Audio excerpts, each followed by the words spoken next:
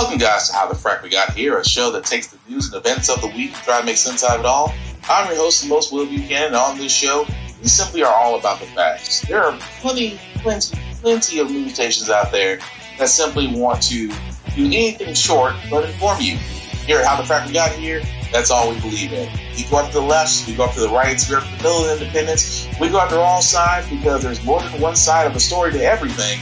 And you need to know it all in order to actually formulate your own opinion. And that's what we try to do here at How the Frack We Got Here. Thanks for listening, and hold on. It's going to be fun. All right, guys. Today's date, December 8th, 2021, and this is How the Frack We Got Here. I'm your host, most Will Buchanan. On How the Frack We Got Here, we do take the events of the week and try to make sense out of it all. Before we do get started, this is a family-friendly podcast, which we try to be. We do try to watch our language, but sometimes words do fly. And at the same time, there may be things that might be shown that may be too intense for younger viewers, so viewer discretion is advised. Aside from that, welcome. Well, as we get ever so closer to Santa showing up for a lot of people, because some folks still haven't, broke down their kids. They know who they are. Well, the news that we have this week is really on the, let's be honest, on the job front. Especially for the simple fact of the matter, as we know, the great resignation has happened. 10 plus million jobs are available. And of course, employers are simply saying, well, nobody wants to work. Well, it's only because a lot of people are starting to realize this pandemic that, there's just certain things like time and time with family, friends, and loved ones that you simply cannot get back. And that work was really the overbearing issue in America, to the point to where there was no such thing as a work-life balance because you work to pay bills, and that seemed to be it. Well, a lot of companies who are now feeling the burn, especially in the fast food industry, are starting to do certain things to make sure people are staying. As they like to call them, they are actually doing what they're calling stay interviews. Now, what stay interviews are, because apparently this is a new thing to me as well, is to keep workers happy on the job. They're turning stay interviews, one-on-one meetings with top performers to give those key people the chance to talk about what works, what doesn't about their current jobs. Now, I know a lot of you guys are probably wondering, what's the difference between that and a one-on-one meeting? Keep in mind, as for most one-on-one meetings, they're just pretty much just times when you can vent. Nothing really changes as long as you're not taking off the wrong people at the top. Your job is pretty much assured. But again, for a one-on-one meeting, it's just like, why ask somebody? Especially in these meetings, like they try to say, the idea of this is to ask questions similar to what employees might be asked in exit interviews. But before they actually quit, it gives employers more of a voice as far as the good, the bad, and the ugly. Okay, let's think about this for a second. That you're waiting until, and I said, isn't that the problem with most jobs anyway? That most jobs literally wait until you're good and ticked off and ready to leave. So they sit there and go, wait. So what was about this job that made you want to leave? Because we just want to know. So instead of you actually fixing the problem while the person is there, you want to fix the problem after the person leaves so you can get someone else. It just doesn't make any sense, because a lot of these companies they have the right idea, but it's like, it's amazing that in this day and age that you had to literally wait until people were leaving jobs for you to sit there and go, we really need to pay attention to what these people really want, what our workers actually want. And that just goes to show you the power of leverage that we all have if a lot of us all decide to come together and sit there and say, you know what? We don't want to do this. And it's been said to me, it's been said to me by others, and I'm pretty sure multiple times down the road since the beginning of a union, that literally if a bunch of people get together and that number is great, it cannot be ignored. And we're seeing that now.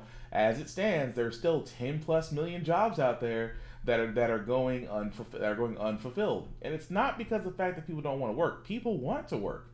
But again, when you have a minimum wage of $7.29 and a company is only offering you anywhere from $9 to $12 an hour, it's an insult when it should be at least $20 an hour. Yes, for any job, it should be at least $20 an hour. Why? Because everything for the last 3 decades plus has been going up but your paycheck. So yes, it is now time to up the minimum wage. Especially in this case because, companies always cry about people leaving and finding better jobs. But again, this next story is a reminder of why I sit there and say that corporate loyalty is really BS. For joining. I come to you with not great news. Vishal Garg, the CEO of Better.com, a digital mortgage company, laying off more than 900 employees, about 9% of the entire company, on a 3-minute Zoom call.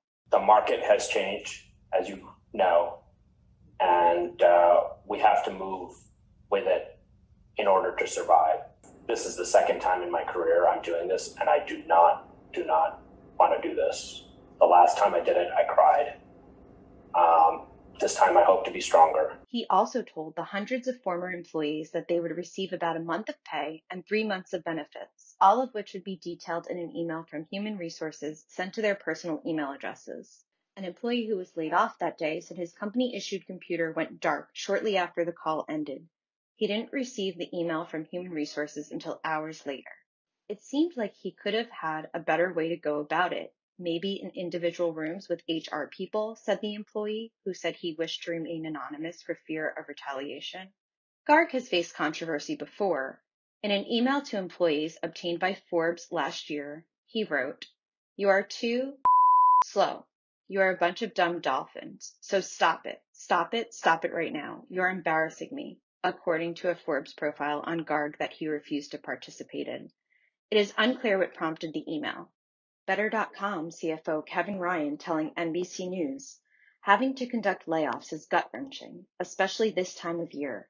However, a fortress balance sheet and a reduced and focused workforce together set us up to play offense going into a radically evolving home ownership market."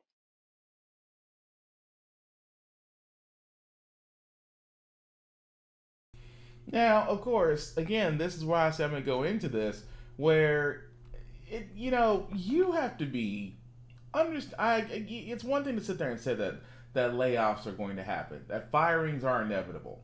One thing to say that. It's a whole nother thing when you sit there and you go, well, it's because of our bottom line. We have to make sure that we're doing the best that we can to make sure things are gonna that literally the business survives. And if it means that we have to fire 900 people before 2 weeks before Christmas, then hey, that's just the way it is. And I have sat there and said this before, guys. I have sat there and I've said this before. What I've always said to this point that I will not stop saying. There is no such thing as corporate loyalty. When corporations can do that, where a CEO will sit there, and of course, it was not handled the best way. If you're going to fire 900 people, don't do it on a mass Zoom call. And at the same time, don't sit there and say, and you make it seem like it's so lifeless. Well, the first time I fired people, I cried. So you figured the more detached and just stone-faced, the better it will be for you? I mean, 900 people have just now lost their livelihood. 900 people now have to figure out how to pay bills. 900 people have to figure out, especially if they have kids or not, how those things are going to get handled. But, it just never sat right with me that the business always had a justified excuse. Like the business, like the CEOs, senior leadership, however you nail it, they always had an excuse for the decisions they come up with. And they always said it was for the greater good of the business. And it's always not sat right with me.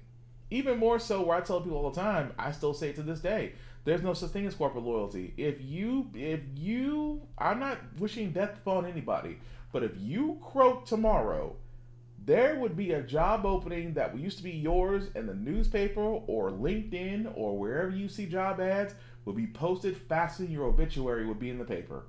Because they don't care about you. They just wanted a body.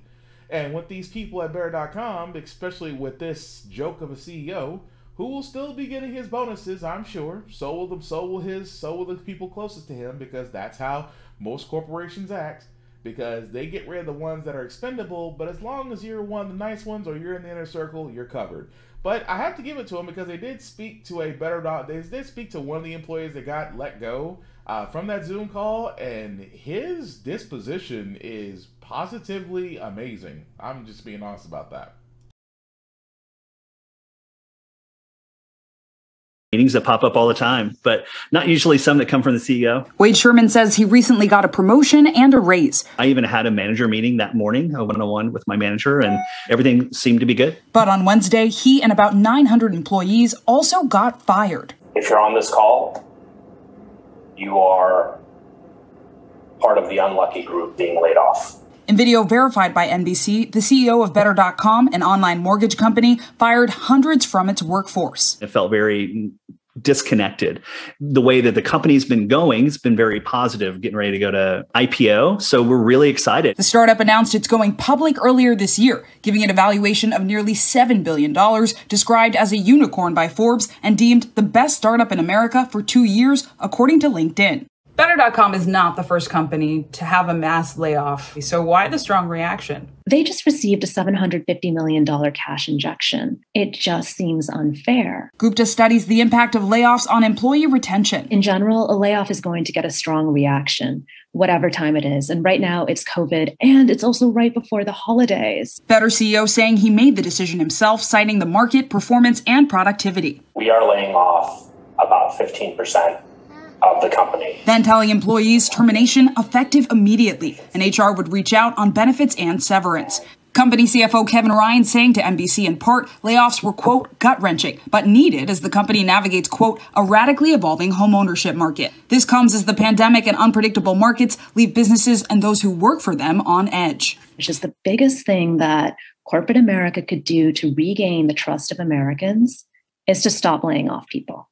Studies are inconclusive on whether or not layoffs are helpful. Then in terms of productivity and job satisfaction, that actually declines among survivors. While not one of the surviving employees, Sherman isn't too critical of the nature of Better's firings, saying there has been strong solidarity for those laid off online. Better's not the only company that has, gone through this. It's way different than what happened before the pandemic. This is a job seeker market, and hopefully we can rise to the occasion, if we will, and get something really good. Get something even better. Oh, man. Zinkley is joining us now. So, Zinkley, listen, here's the thing. We have to Zoom. We have to get on these virtual calls. Like I said, his disposition is amazing. And it's either that or he's already got another job lined up. Because, trust me, as a guy who's been on the side of, well, maybe not the Zoom calls, but before the pandemic got a hold of us, I remember a couple times we all got pulled into one conference room and the CEO, that's forever going to be burned in my soul. The CEO from a nice house, from his nice vacation house, was letting us know that he truly appreciated all of our work and that he truly appreciated everything that we've done, and that the company would not be wherever we are, company would not be wherever we are without your guys' endeavors and working weekends and holidays, and unfortunately, because of the direction of the business, we have to let you go.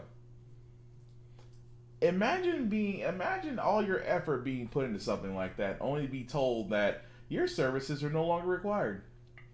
And again, I will always keep saying this: there's no such thing as corporate loyalty. Any corporation that says, "Well, we're like a family," run. And remember that thing about red flags not too long ago on social media? Red flag. Any corporation that says we're like a family, run. Any corporation that says, we are an open door policy, run. Any corporation that says anything remotely that they show genuine care, you should be completely and utterly alarmed and at the time waiting to see what drops from the other foot. Just being honest. Especially, like I said, nobody from Better.com decided at the beginning of this week that they would be losing their jobs. Those 900 folks didn't. And now 900 people are trying to figure out what to do next. Again, guys, don't let the job market basically run you. Get what you can get. And if you find better opportunities, or even better yet, go into business for yourself, then hey, go ahead and do it. There's nothing wrong with that. Especially for the simple fact of the matter if it works for you. There's nothing wrong with telling a company, because you know what? It's like PTO. You know what PTO used to stand for? Prepare the others. When it's like, if you have PTO or you have time off that you need to burn, go ahead and take it, because that's what PTO is for. You're supposed to have that. That's why I'm so glad that finally mental health is finally getting the spotlight that it needs, because a lot of us are burned out. A lot of us are struggling. A lot of us are stuck in that 40 work hour week rut. I mean, it doesn't, I mean, by the time you get through Monday through Friday of running around, doing a job and all this stuff, and then, forgetting that, yes, you still have to eat, you still have to bathe, you still have to buy groceries, you still have to go out there and pay bills and be an adult, only realizing that you maybe got 48 hours to do so before you're right back at work again, and the grind continues. Yes, that does take a mental toll on the human body. And I'm glad that people are realizing that now and saying, you know what, I am going to take my PTO, or I am going to take that vacation. Because simply put, I'm not about to burn myself out for a company that will not do the same for me. And a lot of people are realizing that, and that is a beautiful, beautiful thing. I have no issue with that. But that being said, like I said, no corporate loyalty. Moving right along, I did want to cover this story because, again, I always said the most dangerous people in America are white people, specifically Mayo people, because again, Mayo people seem to have this unspoken set of rules out there where they can sit there and pretty much play the role of terrorist but not be called terrorist. Because I'll be honest, this recently just happened at the Lincoln Memorial, and I still can't believe nothing dropped off. Nothing really jumped off, and I mean nothing. A white nationalist group known as the Patriot Front descended on the National Mall over the weekend. Its members wore masks, some carried plastic shields, and according to their banner, they were marching, as they put it, to reclaim America. Joining me now, early start anchor and CNN correspondent Laura Jarrett. That's John Avalon. Yeah. We can agree that this one is too many. Right. To see anyone marching a white supremacist to the Lincoln Memorial is a sight that none of us ever wants to see. There's something almost too on the nose about having a bunch of guys dressed up like they're ready to go to war, dressed up with like battle armor and shields, because in their minds, the Civil War never ended, right? Right. And what they're chanting is always so telling. Reclaim America. When was America ever taken? And who was it taken from and by whom? Well, they feel like it's been taken from white folks. But since when are brown and black people ahead, right? So it's since when are white men applying still logic not on top? to their anxiety. My point is to say there's something so remarkable about having self-avowed white nationalists, white supremacists, marching on a memorial for somebody who signed the Emancipation Proclamation. Yeah. Yeah. It just sort of exemplifies the country's ongoing struggle with racism. Yeah. Y'all, I cannot make that up. That, again, Patriot Front, a group that was considered to be called white nationalists, and they have not yet been labeled as terrorists.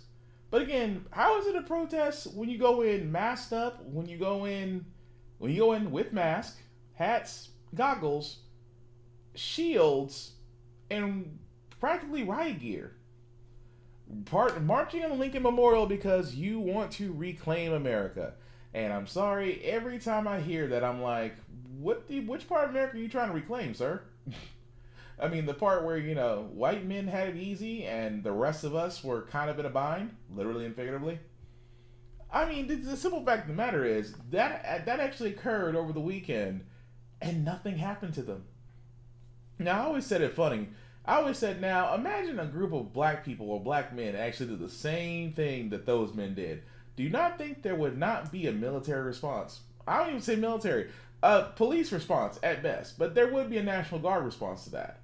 Now, I know a lot of y'all are thinking, well, a lot of people, it's just like marching. I said, well, let's go back to Charlotte. Let's go back to South Carolina. Except those guys had apparently all white polos and tiki torches, like they all shopped at Target. And at the same time, there was an altercation because they were screaming blood and sand. They were screaming, Jews will not take this land. I mean, they were really screaming Hitlerist rhetoric. And again, all white men.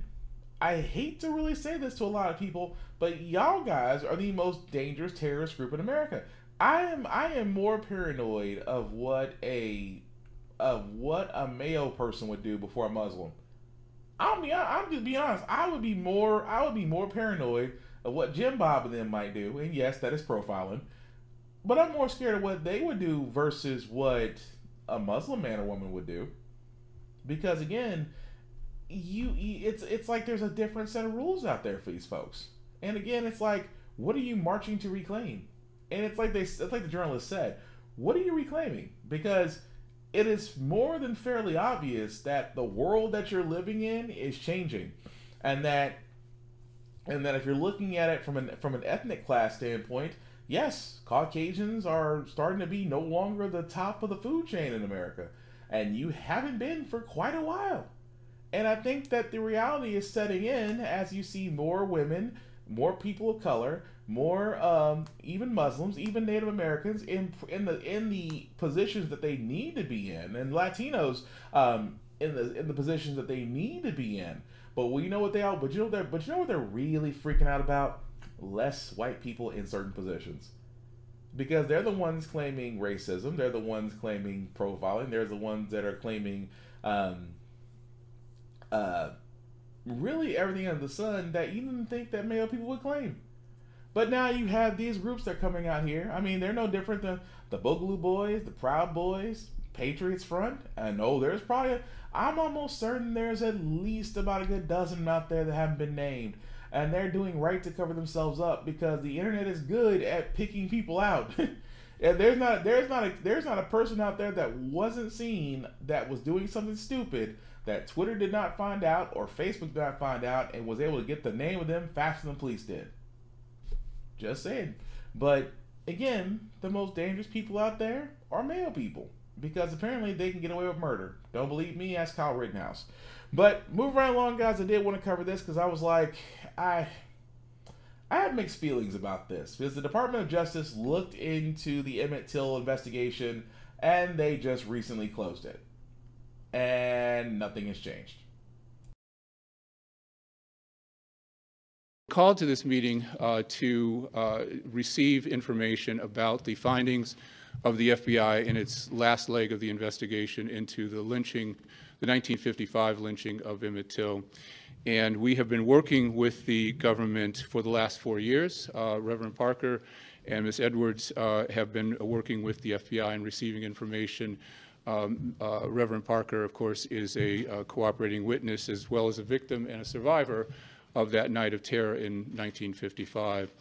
We have finally received findings from the FBI related to the investigation that was launched with the publication of The Blood of Emmett Till by Timothy Tyson in February 2017, which, as you know, included what was reported to be a recantation by Carolyn Bryant, who accused Emmett Till of all kinds of atrocities that ultimately led to his lynching. Now, I'm just going to read one portion of this, this letter that was issued to Reverend Parker related to this investigation.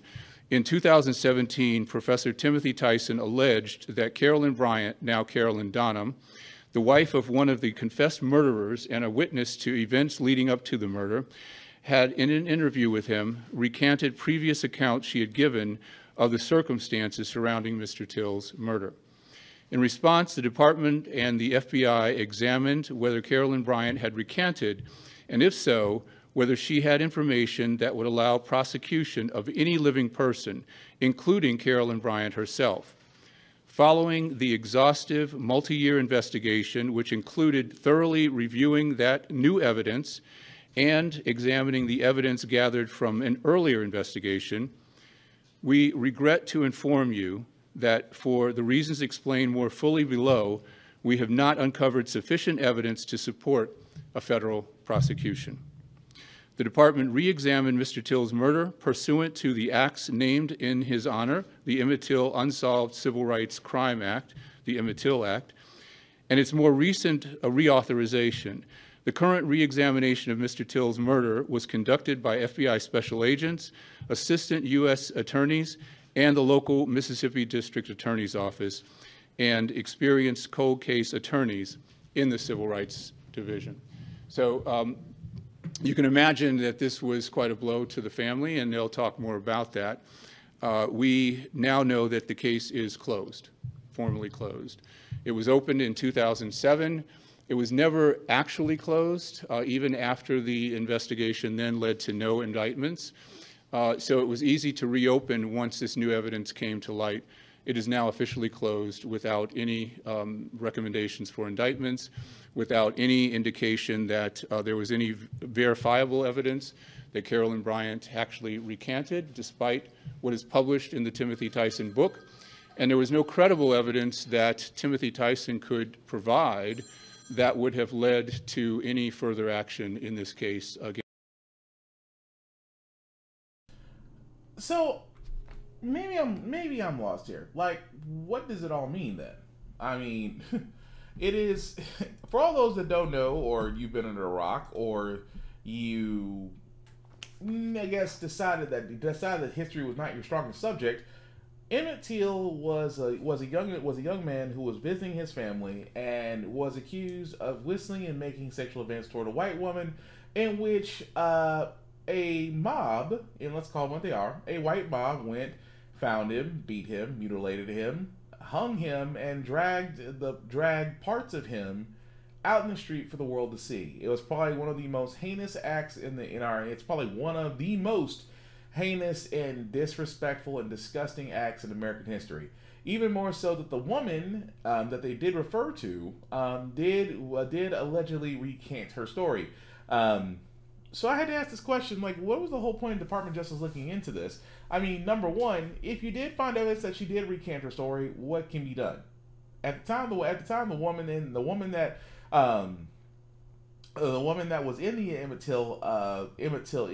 Till story, she's on her deathbed. What more could you say at that point? That, I recanted. You can't go after. Obviously, you can't go after the people who were probably responsible for Emmett Till's death. I'm pretty sure they're probably long dong in the dirt. So again, it's like, what more can be done from this investigation? That again, it's like, well, because at the time the FBI also sat there at the time the FBI investigated this, they also sat there and said, well, there's a chance that she might have recanted, but because of insufficient evidence, they had to let it stand. Again, it's like, what was the entire point? Because that's where my mindset would be like, why pursue this when it seems like the wheels of justice have already been set up to where it's going to let where it stands?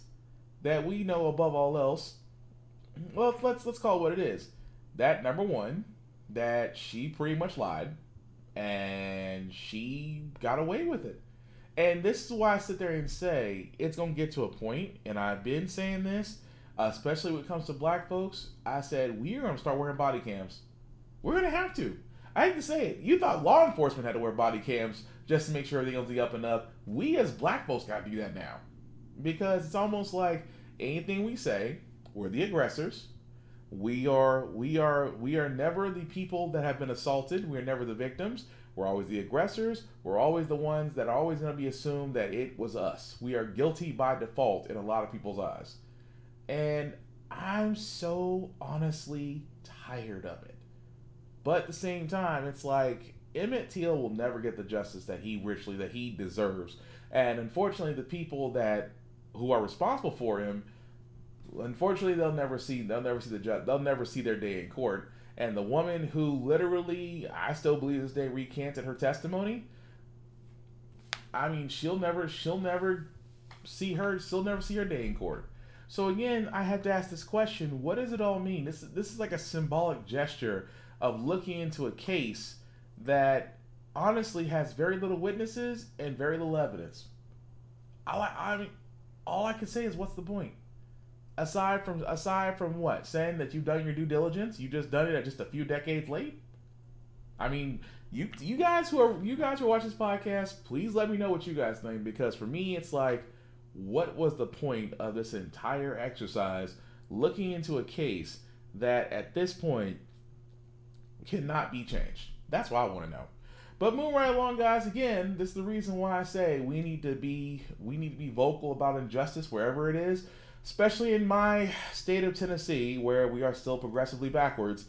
I still can't believe this happened. New trial was ordered for a black man in Giles County, where, again, a new trial by an all-white jury who had a room with a Confederate flag. I cannot make this up.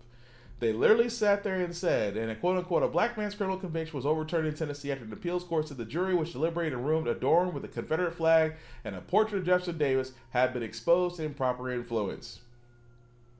In this day and age, you would think that it's not possible that you would see a Confederate flag in a U.S. courthouse, much less Jefferson Davis, who was considered the quote-unquote president of the Confederacy.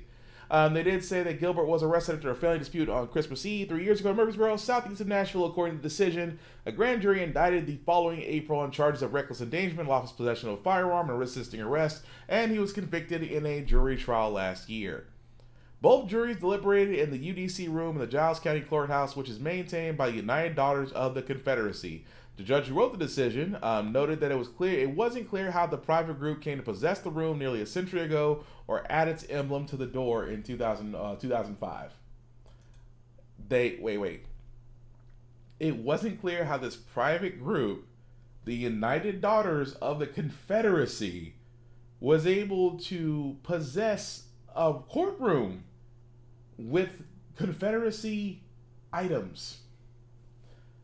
We are probably in one of the reddest states in the United States, and you're going to sit there and tell me that the judge is like, well, I'm not sure how it happened.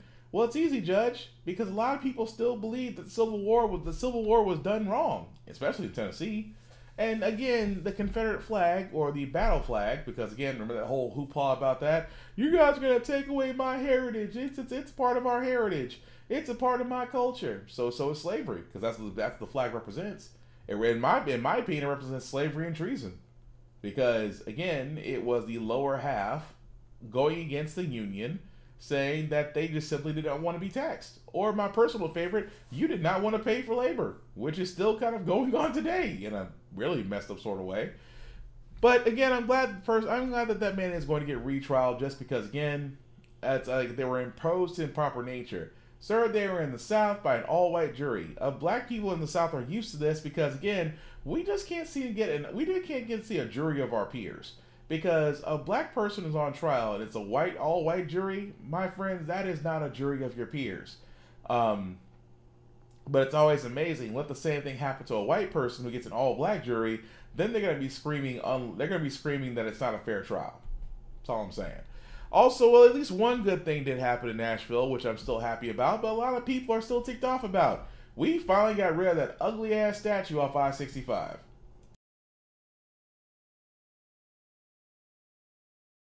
An eyesore.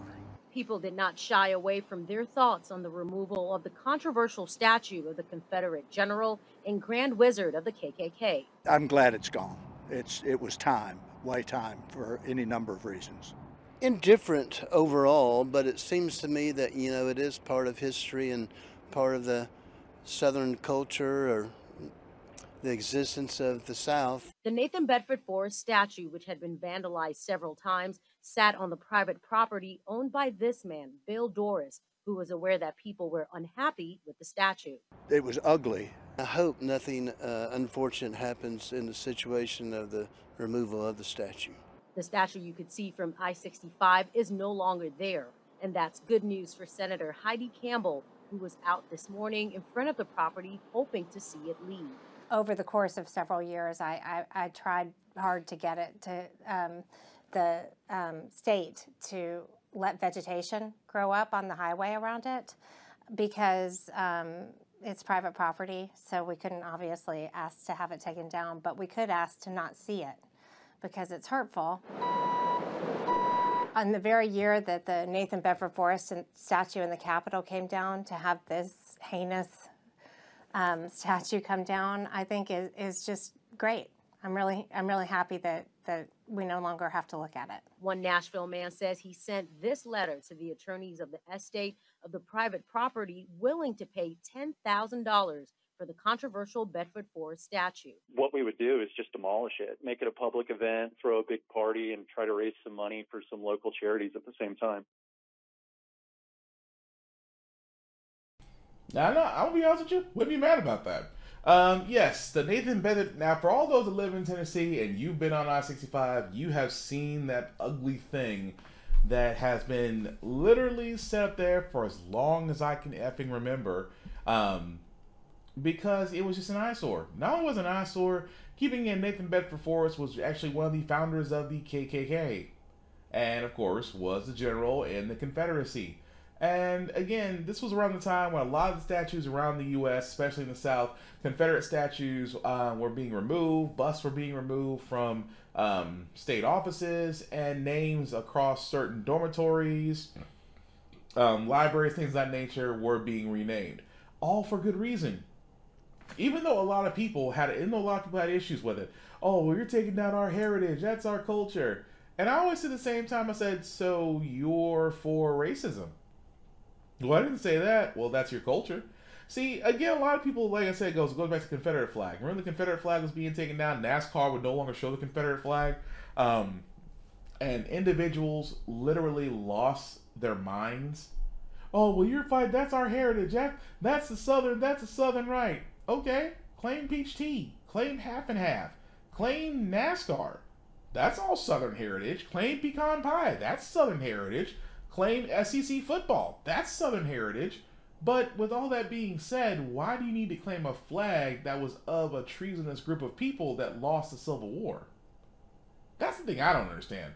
Even more so the statues they hang on to. I'm like, you would think, like I said before, go to Germany.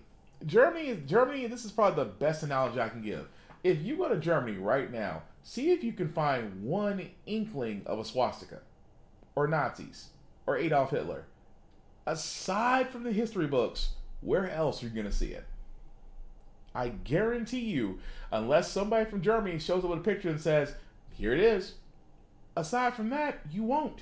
Now think, for one of the most villainous groups in modern day history, do they not have that showing in Germany? Why in the U.S. do we feel like showing off our villains? Because that's what they are.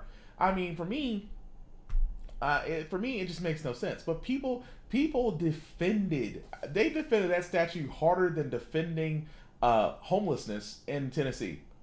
People like, oh, the statue shouldn't come down. This is a part of our history. What did we learn from history?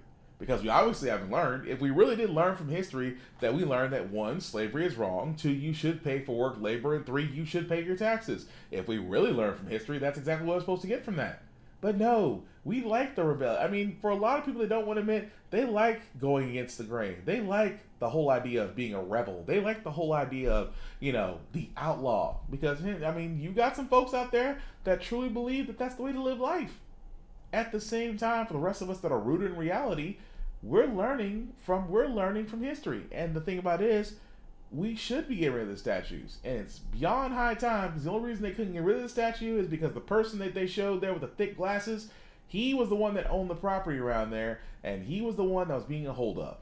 But now that he's no longer with us, it did actually go up, and that statue came down. And I agree with that man at the end. Let's make it a party. Let's bring the whole city of Nashville into it. Now again, as I thought about that, I was like, there's gonna be some people. The more I think about that, there's gonna be some people that are gonna come out there and protest, sit there and say, we don't want the statue to be bashed. You're stopping all our history, and that's gonna cause a whole nother issue. So, I mean, as much as that you would think if everybody like-minded came out and destroyed the statue and donated to a good cause, had a great time, I could see that. But on the other side, from a security risk standpoint, you're going to have some individuals out there who are going to be just some idiots and try to disrupt something that's a good thing, only because they believe that this is a insult to their history. So sometimes the best thing you can do is just take it over to a furnace, light it on fire, and then just melt it down for metal. I mean, because it really was an eyesore. But other things, like I said, not learning from history. You guys don't believe that Fahrenheit 451 is a real thing? Well, it is in Texas. Why? Because they're starting to get rid of books, and the excuse that they are using is amazing.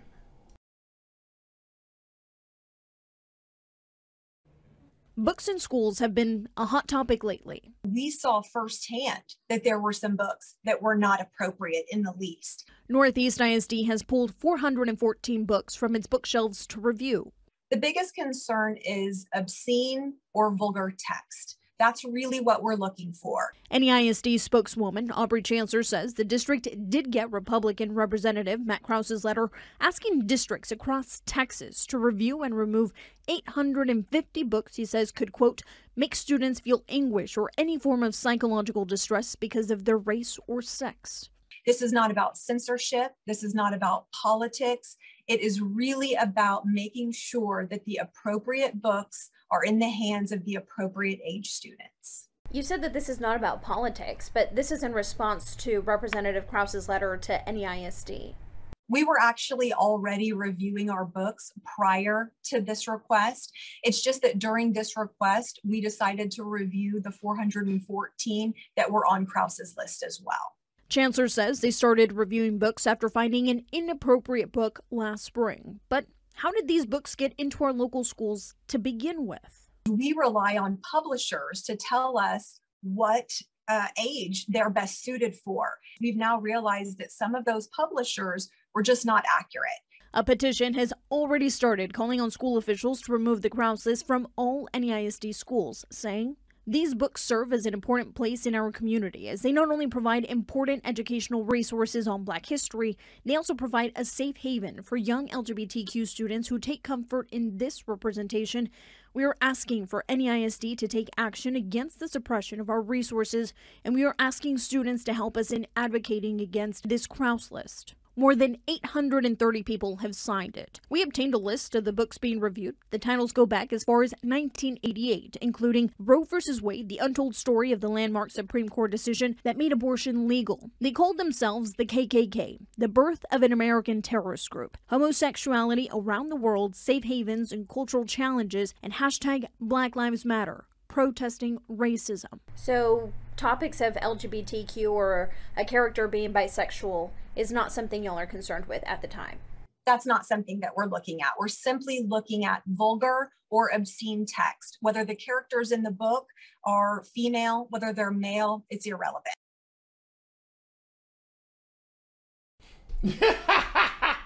I'm sorry. But you can't. This is the new attack. This is Fahrenheit 451 on a literal scale. Because now, and it's always in Texas. Why is it always in Texas, Florida, or any other southern state that they're going after? We want these books moved from our library because they contain vulgar language that is not appropriate for our readers. Okay, so shouldn't that be at a librarian's discretion? I'm just saying, because, again, I was reading The Hobbit, and it had questionable language. I was reading Game of Thrones. It has questionable language. To Kill a Mockingbird has questionable language. I'm trying to think. War and Peace, Of Mice and Men, The Catcher in the Rye, The Handmaid's Tale. I mean, I could keep going down the list of these so-called books that call vulgar language. I mean, you'll never get rid of them. But what do they get rid of? And I said before, if the books that you're talking about, literally and figuratively, cover people of color, they cover racism, or they cover LGBTQ issues, and they cover protest groups like Black Lives Matter, or they cover, white terrorist groups like the KKK or Aryan Nation, they always want to sit there and say, especially if they paint them in a negative light. Keep in mind, they paint white terrorist groups in a negative light, that's on that list. Because they don't want, because again, it's like, well, we think that this will make this will make kids feel ashamed or disappointed in their race. Which group of people out there are saying that? Because I've never heard it from black folks. I've never heard it from Latinos. I've never heard it from Jewish people. I've never heard that from Native Americans. I've never heard that from any other ethnic group people out there except male people. And this is what it is. Because again, if you control education, and it's been said before by so many educators, psychologists, and sociology people out there. If you control education, if you control the way information is fed, you can control the masses. And again, we are at that point where there is an awakening to where we need to redo the way we do history. Now, a lot of people are going to be sitting there saying, well, you're talking about critical race theory. Why not? Although it's not being taught in schools, never has been taught in schools. It's actually a law school class. It's never been taught in schools. You know what? You know what was taught in schools at one time? Civics. You took civics out. You took civics out and you replaced it with social studies. And nothing wrong with social studies, but it's a watered down version of world history. Bring back civics, where students really had to learn the Constitution. Be informed. I had no issue. I loved my civics class because, again, it taught me about the Constitution. It taught me about the laws of the land. It informed me of what I was empowered to do as an American citizen. And imagine that if we had the Constitution, you would basically do, which is what I want school to do most of the time, produce critical thinking individuals and not button mashers. That's all I'm saying. If we introduce critical thinking and say it is okay to look at the current status quo and say how can we improve upon this and actually be able to move forward as a nation to do so, cool. That is the whole point of education, to inspire outward thinking to make the next generation better. And yet, the South is scared of progress. Who knew? But again, this is the reason why I say this. The reason why we need to have that kind of stories. Imagine that in a small town where you're an LGBTQ kid and they out you before you're ready to come out, and your entire family, because of all the harassment, has to move. And that actually did happen.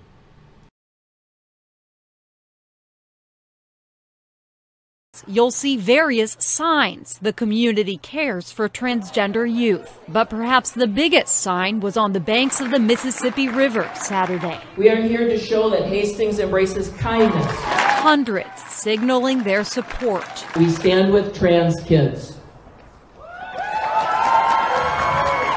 It's a message that people like 16-year-old Kahea Sloan, a transgender boy, needed to hear. What kind of spoke to me the most was just, how many people are here, and it feels really good to know how many people in this area care about me. But all those signs Saturday weren't just for Kahea, and they weren't just because. They were in response to pain experienced by one family for simply having a child who chose to express themselves. Looking out here, this is amazing, and thank you. Kelsey Waits is the mother of 8-year-old Kit Waits. The Kit was willing to let us share this story. This week, she shared with KARE 11 how her family was bullied online by other parents in the community. Her child publicly outed as transgender. Within days, the community chose to respond with love. We're here today to stand in solidarity with the Waits family. And representation. We're here, we're loud, we're queer, and we have your back. And to Kit's family. And to all of our trans kids, especially my trans kid. This was a sign. Just know how much I love you. Of healing together and moving forward. In Hastings, Eva and I'll be honest, I got another issue with that. Because again, it's nice to actually see folks stand up for a cause versus knocking you down simply because you just don't understand. And also be a safe haven for trans kids. So it's always cool to see that. It's always great to see that. And again, for all those that don't know, yeah, I love trans people. Trans people love me. At the same, well, I can't say all trans people love me. I'm pretty sure there's gonna be some that just hate me just because of my personality. But I'm sure I've rubbed a lot of people the wrong way that way. But again, it's the whole thing of there should be safe havens, not just for trans people, but for all people. But again, we have to start embracing that fact. I'm talking to you, Mayo people, because that's how we're going to move forward. I mean, progressively, that wheel is going to move forward, and whether you're on that progressive train is going to move on forward, you can hop on and join us for the final destination, or you can be left on the tracks. It's up to you. But I like the fact that the town is actually standing in solidarity and saying, you know what, we are not going to tolerate it. We are going to support and be behind these kids. And that's great. But moving right along as we're starting to wrap this podcast up, these last two stories I got. Again, I'm all with protests, especially with certain cases, like the case right now of Dante Wright, who Kim Potter, the officer who says that she mistaken her taser for a firearm and actually shot and killed the young man, is currently on trial for right now.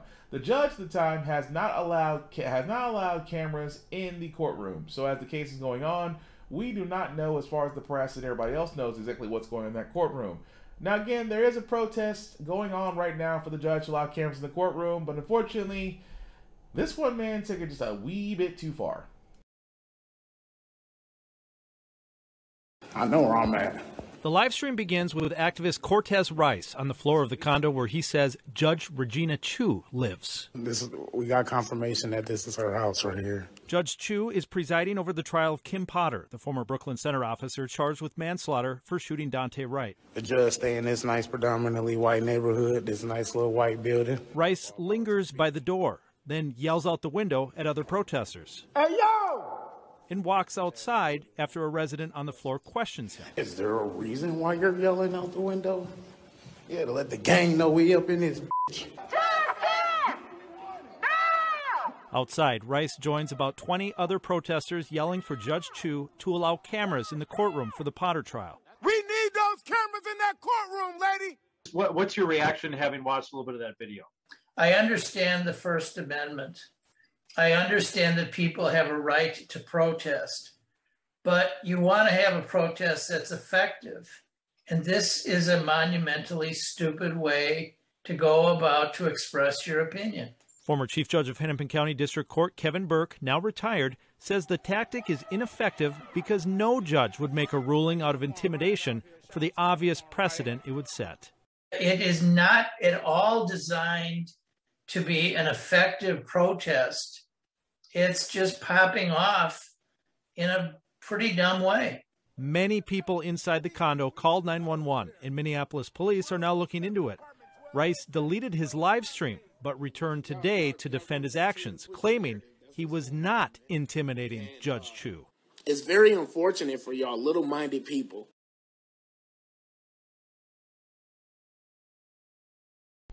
And again, I keep on saying the entire time, I got nothing against protests. I think protests are made to be designed to be uncomfortable. There's no such thing as comfortable protests. So protests are designed to be uncomfortable. Protests are designed to get people's attention. Protests are designed to be shock and awe. That being said, however, there are certain lines you just simply do not cross. It's borderline of, it's okay to sit there and be outside the resident of the, you could be outside in the parking lot of where the judge lives and, protest there and say, we want cameras in the courtroom. Okay, that's fine. But this guy did take it one step farther. When you go and you actually put out there for the world to see, it's like, okay, I'm more than sure that the judge of the case lives here. And that right there is crossing the line because that puts the judge in danger. That brings up security issues. But I know for most judges, they do have security that measures are put in place. I'm pretty sure measures were put in place in this situation after that man went into that building. So I'm pretty sure things if they haven't already been secured, they are definitely locked down now. But my point about this is, there's protesting and there's crossing a line. And then once you cross that line, it's like all credibility is lost. Even him trying to go out there and trying to say, well, I wasn't trying to intimidate the judge. Well, then why were you outside the door sitting there saying, I think this is where she lives? Because you're encouraging that. Again, you cannot encourage that line to be crossed between protest and then just flat out chaos, because that's what's bound to happen. It's like saying that, again, if you knew where the judge of the person of a person that murdered multiple people, and the judge was residing over that and said he wasn't going to allow any cameras in there, but you go over to the judge's house and say, this is where the judge lives, y'all, and you say the exact number and the street that he's on and where he, all this stuff, do you not think for 1 second somebody's going to get the idea and go, I'm going to do something about that judge? You have basically just incited chaos.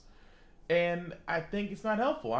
Yes, above all else, you would think, with the rational wave of law enforcement about killing black men, especially in this case, that an officer mistook the most obvious taser for a firearm and shot a man.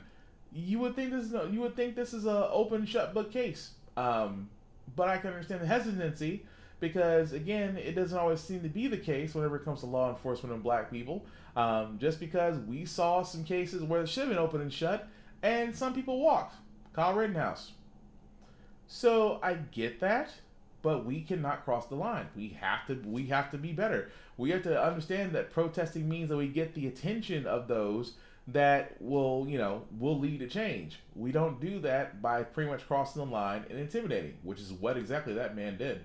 But there's an update. Speaking of things that are just crazy, there is an update, guys, on the murder, on the terrorist family, and I do say family because when this mugshot came out, I was like, ooh, that is the mugshot you need to show for the Michigan school shooter and his parents, who did try to run, even though they say they didn't, but now are all sitting in custody.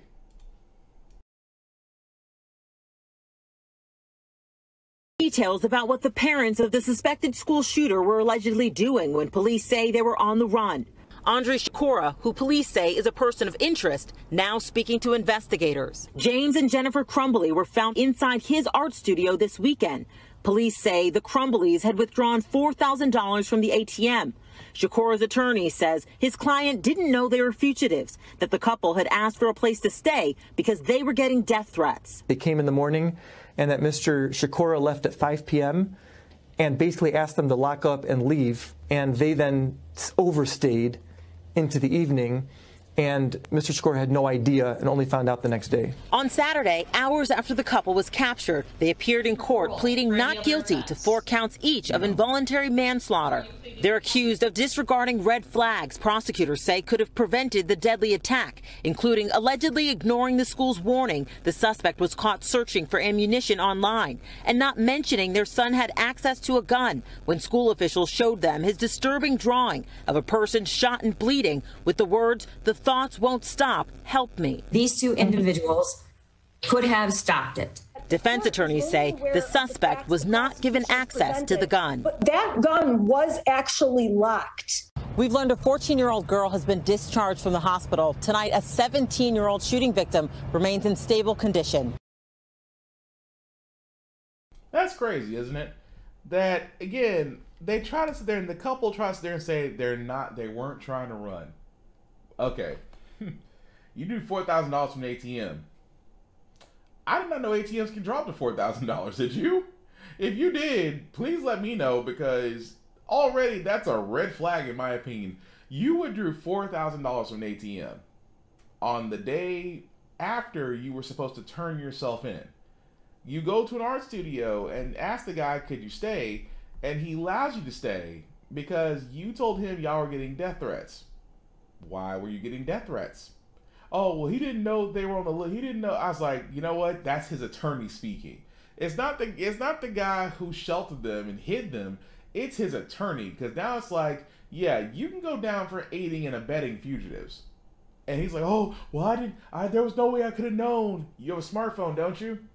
You have a smartphone that gets news. I am almost more than certain, because it's all happening in the same city, that yes, you had to know. Because why in the world they give you such a lucrative excuse as death threats that you allowed them to stay inside your art studio, and after the fact, this couple, although they may have not told him this, but again, what did you withdraw $4,000 from an ATM for? You were running. And so I'm glad, and I hope that for this entire, all three of them should not be on bail, because as you can already tell, with the mother and father, they're already guaranteed flight risk. But we'll follow that story as it comes along, and hopefully they did not get bail, although they did claim not guilty to involuntary manslaughter. But let's be honest, we saw text message from the previous podcast where it literally shows the mother says, you just gotta do it where you don't get caught. So they knew there was a problem. But with that being said, guys, we're going to move on to our feel-good segment, because usually on How the Frack we got here, we do cover a lot of things that are doom and gloom. Sometimes we want to lose your faith in humanity, but hey, it is Wednesday, it's hump day, tomorrow's Friday, which is Thursday, so we want to, introduce some cheer, some good willing, some good cheer, because it is the holidays, and no, I'm not going to sing that Mariah Carey All I Want for You Is Christmas song, but I do want to show some light on just folks that are just trying to show folks there's an easier way, there's another way of doing things, especially the trucking industry, where this woman, who is a TikTok personality, has shown people that yes, trucking can be a great lucrative way for women, and also she's pretty funny. Social media star who's helping change the face of trucking. A truck driver shortage is making the supply chain issues worse, as we know, and is making it harder for people to get the goods and Christmas presents they want. Now, the trucking industry has been dominated by men for a century. Now it's seeing more women get behind the wheel. Errol Barnett hit the road with a woman who's making quite the impression. What's up, everybody? She is outgoing, Life is what you make out of it. outspoken, If your spouse ever got on your nerves so bad you wonder why they still there, and out on the roads, sharing what she knows about trucking. I provide you with different places that's hiring, job searches, and ways you can save money on fuel. Clarissa Rankin of Charlotte, North Carolina, is a wife and mother of two who is sharing all aspects of life as one of the relatively few women truck drivers. Why did I become a truck driver? Amassing more than 1.5 million followers on TikTok, she's one of the most popular truckers on the platform. Say that again. Say that again. 1.5 million who want to see what you're up to each and every day. Yes. It is a journey, Rankin says, stemming from necessity. I went to school for my bachelor's in criminal justice, and I was over $50,000 in debt, and I couldn't find a job in my career. How has trucking transformed your income? My first year, I came out making $50,000. Now I'm well over $150,000, and that's just one truck, and that's not counting none of my social media. Which, with endorsements, can help her earn up to $12,000 additional dollars a month. So we hit the road with Rankin and her truck Sparkle. I don't think you're ready today, Earl. Oh, I'm ready. To see what life feels like on 5 axles and 18 wheels. Come on, baby. Come on. Okay, baby. You don't want to use the light today. You enjoy the view? I love the road, and it's a break away from life, too, because the only thing you got to worry about is driving the truck. You see how close he was? Rankin was inspired by her husband Joey, who obtained his commercial driver's license 8 years ago and quickly found work. But when she got her CDL, some employers were blunt. He said, I would never hire you as my truck driver. He said, I will hire you as my assistant, though. I had 6 interviews, and they all turned me down. A woman actually was the one that gave me my first CDL job, and she believed in me. That belief now central to Rankin's online messaging, encouraging everyone, especially women, to consider this as a career. Right now, women only make up 9% of the trucking industry. I want to make it and bring it up to at least 40%. I do recall on one of her first videos, she was counting money. You know what I mean? And I'm just like, if she can do it, I can do it. Michelle Locke obtained her trucker's license after being inspired by Rankin. Locke now drives with her husband on long-haul routes across the country. I can retire from this. I can become a millionaire if that's what I decided I wanted to do. And my mindset was there. After Rankin's delivery was unloaded, she stopped to refuel, discovering a male truck driver also inspired by her. I started in April because of her. Oh! Really? What was that like? I do this for the people. So for him to be able to quote everything, my whole platform, and tell me who I am, it's like breathtaking. Returning home at the end of the day is Rankin's top priority, made possible with Joey working as her dispatcher, giving them control over their schedule, allowing the TikTok star to spend time with her boys. We sit at the dinner table together. We are a family, and I take pride in that. And that's why I make sure I educate people on my social media to show them, like, no, you still have to put family first. So the money never can make you. You make the money. Y'all know why I do this. One woman making major moves on the road with her family and followers along for the ride. The CBS Mornings, Errol Barnett, Charlotte, North Carolina. You go, Clarissa. I'm not mad about that. I love the fact of seeing, this is gonna be completely specific, but I got no problem saying it. I love seeing black people win. I love seeing black people win, whether I like you or not. It's the fact that I've gotten to that point in my life and my age where I'm like, I love to see black people win. And she is definitely making a way, especially in the world of trucking, because again, truckers have by far the most thankless job out there, because as you can see, when you don't have truckers on the road, things get slowed down. So again, the fact of the matter is that she's made a passion out of her career. And like I said, she's pretty funny on social media. I do follow her on TikTok. But with that being said, guys, that's going to do it for this podcast. So I do thank you all who are watching, who liked, who let people know that this is up, because this is actually being recorded, guys. Sorry it didn't go live this time. Before we get out of here, I do do some shameless plugging. First and foremost, let me talk about my buddy Vaughn, Big VZA Dot, who's currently on his holiday hiatus. but he's probably doing the best of or things of that nature throughout the time he's on his vacation. You can definitely check him out, Adamon Westwood on Facebook, Big BZ out on socials, where he usually does have Smoking Trailer Sundays when he's back every Sunday from 6:30 to 9 p.m. And of course the RAF, which is like America's Funniest Home Videos, except done by World Star, every Tuesday from 6:30 to 9 p.m. But like I said, he's currently on Christmas vacations, but sometimes he does pop up and do certain things. Where does he pop up? On his Facebook. Of course, Adamon Westwood on Facebook or Big BZA on all socials. And also, shout out to Ari and G present Geek Salad for allowing me to share their podcast, my podcast, on their pages. Where these guys actually I met earlier this year. Really good group of guys who really talk about everything from pop culture and beyond and have their own ideas and, of course, unfiltered and definitely for the culture. Great group of guys. Definitely wanted to shout them out as well. Like, share, subscribe with them on Facebook as well as YouTube. Ari and Gee present Geek Salad. As you can see, their YouTube page is showing there. Now, as you guys can see at the bottom, the link, the bottom of the description, you can copy and paste that into your browser. Will take you to my link tree that has all of my YouTube and Facebook groups for all of my podcasts. How the Frack We Got Here, Get Bit, and of course the Off Limits podcast. Of course, my IG handle in the top left-hand corner, Blackbox447. Definitely follow me there, as I usually do post movie reviews, video game reviews, and some gym stuff. And gym stuff because I do a couple push-ups. Aside from that, I do like to post some influential stuff, like I said before, just things to help you get you through some motivation, things of that nature. And like I said, sometimes I just post pictures of funny or stupid stuff. Well, at least I try to be funny 2 out of 7 times.